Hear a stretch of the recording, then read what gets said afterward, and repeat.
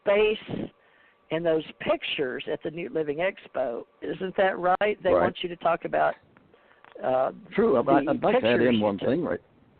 Yeah, let me add one thing in, and that is having to do with our out-of-body experiences. And so many of them, people that I have met and talked with, they've had an experience at a point in their life where the question is, are they the same, I'll use the term spirit, the same being occupying this human earth body that they were originally born with? In my particular case, I know that because when they had to operate on and remove a cyst that I was born with over my left eye, and in the hospital they didn't use they used chloroform.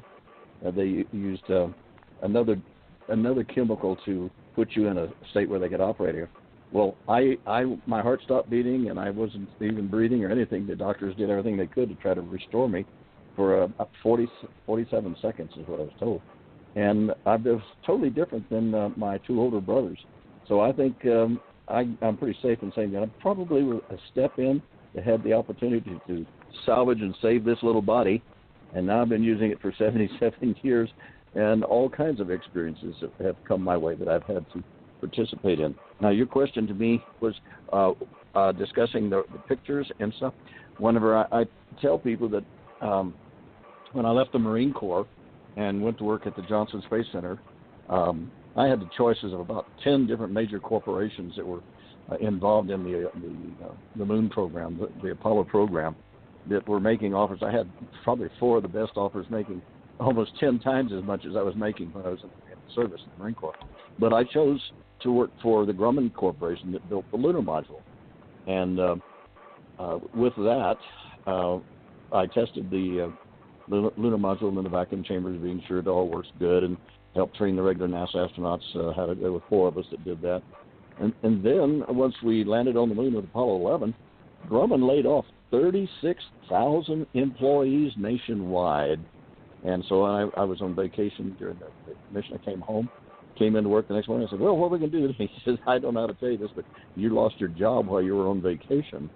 And so they paid me 2 weeks vacation. They paid me 2 weeks severance pay, and they allowed me to go around to other companies that were hiring. And I got hired by over at the Lunar Receiving Laboratory, and where I became the director of the Data and Photo Control Department. Now, in that, I meant that my responsibility was to see that scientists from around the world got their sample of lunar material brought back from Apollo 11, 12, 14, 15, 16, and 17, and the pictures that were taken during the mission on the lunar surface and all that. So in my office, I had 3 people working for me, and in fact, sad as it can be, is one of my number 1 employees didn't make it in one morning. We found out that she was hit head-on by a truck, and she died. So I don't know how that fits in with what I'm talking about, but there's tragedies that happen everywhere. In this case, I had 5 complete sets of all of the 8x10 prints, also copies of the 16-millimeter film that was taken, as well as the pictures taken in mission control in filing cabinets. I had a row of like 14 big filing cabinets that I kept folders of every. You see, NASA's pictures all have a code at the top of them that lets you know what mission it is and what sequence it was taken, and then what the particular picture numbers are. And if you see pictures, people saying, "Oh, this was from there," and you see this picture, and if you don't have the numbers on it, tell them to just go pound sand in a rat hole, because you've got to have proof. And so every time one of these scientists would request they're getting a lunar sample, they would ask for pictures of it as taken on the lunar surface, and also or from orbit, that general area that the samples came from. And I had to have them available immediately, because whenever they would come in from foreign countries to pick up samples for their analysis, they didn't want to wait, long to get the samples and the pictures and things they needed. So I had those 5 sets. And then after we finished up with Apollo 14, my director in the BRN, Brown Northrop Corporation, came in and says, okay, need to get rid of all the pictures, all but 1 set. And I go, well wait a minute, let's donate them to some of the universities that have a science and astronomy programs. He said, no, can't do that. You got to get rid of all but 1 set. And I argued with him for probably 15, 20 minutes, probably could have gotten fired. He finally made the statement that I took as the tacit approval, and he says, I don't care what you do, just get rid of all but one set. And that was my approval, and I did exactly that. And I'm talking about hundreds of 8x10 pictures, as well as slides, etc. I set aside, I dumped the rest of them in, all except for one set, into the Dempsey dumpsters. And later, there's a lady that came forward that she had found some of the pictures in the dumpster and had saved them herself. So it's a little proof of what took place there. In my case, working late and all, I threw a whole set inside of a duffel bags and things and put them in, and I disposed of them just like I was told. And got rid of them all, and I kept them for a decade. And then I wound up, after I left NASA in 1980, was up in as a flight instructor at Boeing up in Seattle. And a gentleman by the name of Richard C. Hogan was putting on a conference in Seattle, and I was invited to come, and I gave him an invitation to come to my house and see the archive, the records I had. And the next morning he showed up with 4 other people, and they started just absolutely going, I call it wacko, because they were looking at first-generation prints off of the actual negatives. And that's where they were able to see some of the alien bases and ancient ruins and things on the lunar surface, as well as vehicles or things that followed them, followed some of the flights to the moon and back. So that's the picture story. And to protect myself, I went to the National Press Club with Mr. Hoagland, and we presented the information to scientists and press people from all around the world, and came forward to let them know that I had those pictures, and I had made a donated copy of them at the university where I had gotten some of my degrees, and then also to the Roswell at the UFO Research Center.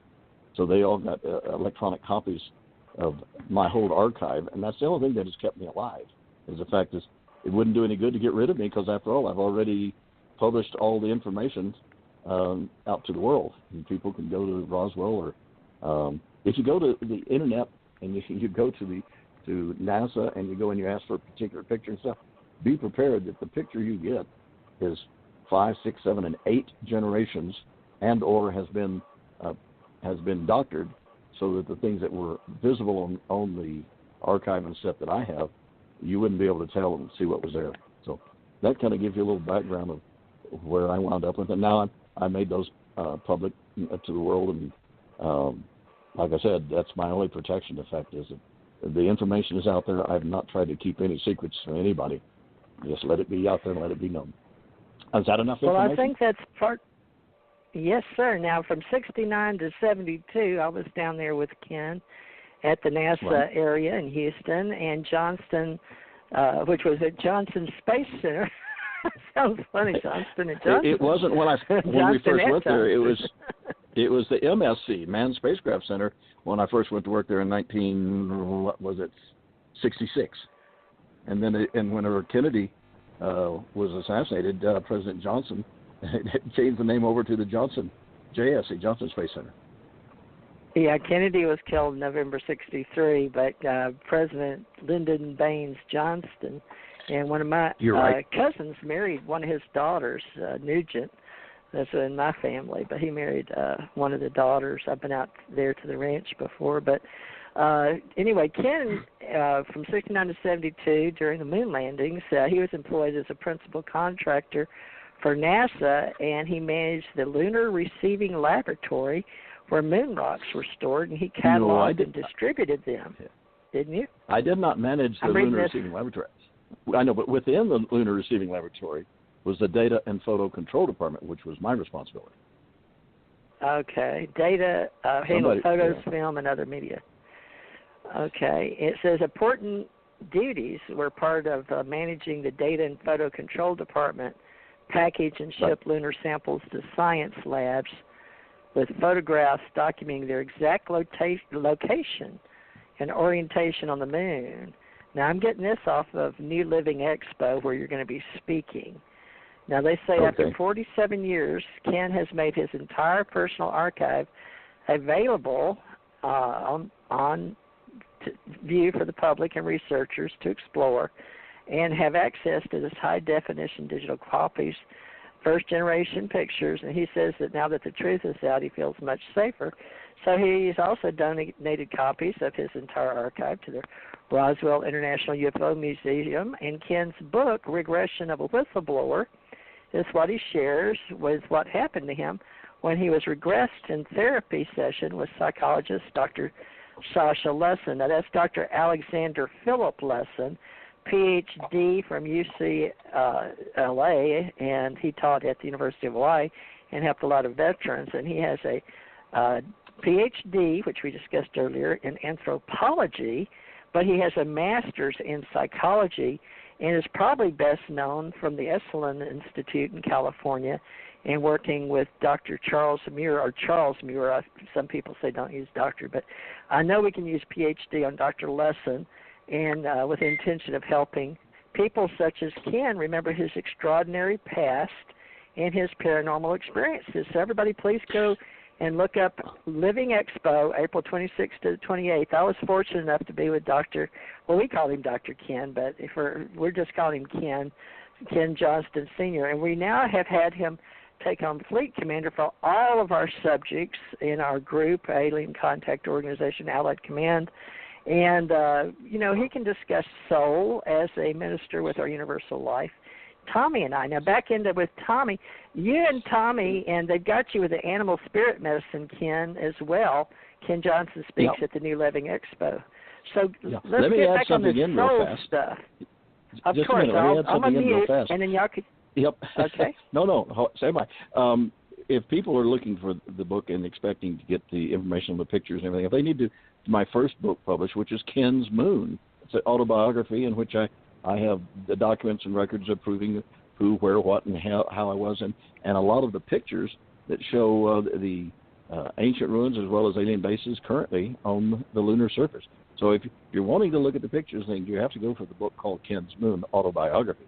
If you want to get into the metaphysical side of it, then you're going to get to the one that TJ just told you, this memory wipe problem is called Regression of a Whistleblower. There you go, the Regression of a Whistleblower. Thank you very much. So it's tough, and I'm working on getting the memory back working where I can go as fast talking as you folks do instead of having to hold back a little bit. All right, now I'll shut up and we can get back here with Tommy. Yeah, Tommy, now he has a book. The book's based on events, his journey of self-awareness. It was a difficult and emotional road to travel, loaded with more subtle mysteries of one's life, some of which he could only describe as a surprise. But Tommy, going back to you, and we'll go back and forth on the soul memories of humanity. Tommy, why don't you share a little bit with now just your real reality, because you've had some interesting soul memory, and you and Ken can maybe tell people, I've had past lives, and I want to get into our levels of how we talk about them. And so we were left off before, I believe, Tommy, were we at soul, and you were asking about spirit and what does spirit mean to Ken. And so I separate spirit like chapters of my soul that I come down here. But I do believe in the Holy Trinity, the Father, the Son, and the Holy Spirit. But that was a way to keep the number 4 out, the goddess. And they had women, they were worshiping goddesses. But we can go over time and religion and politics. But it's not so much fun as talking about soul and spirit. But, we need to get into it, Tommy. Separate metaphysicians and metaphysics after the philosophy of Aristotle. And Tommy and I talk about Atlantis, too. So I don't know, Ken, if you've got a past life. But let Tommy talk a minute. Tommy, about your soul and spirit and how you see it, because you're asking him. And then, Ken, then you can talk about it again, because I'd like us to all be able to say we've had past lives. Now, I'm going to go back on mute, folks. Tommy and then Ken on soul and... All right, for me, it started, I guess, roughly when I was 6 years old. The UFO thing started in my life. Everything started. I became aware, and the awareness was like I didn't know where it came from. But I was in a hospital at 6 years old with my brother. We both having our tonsils taken out.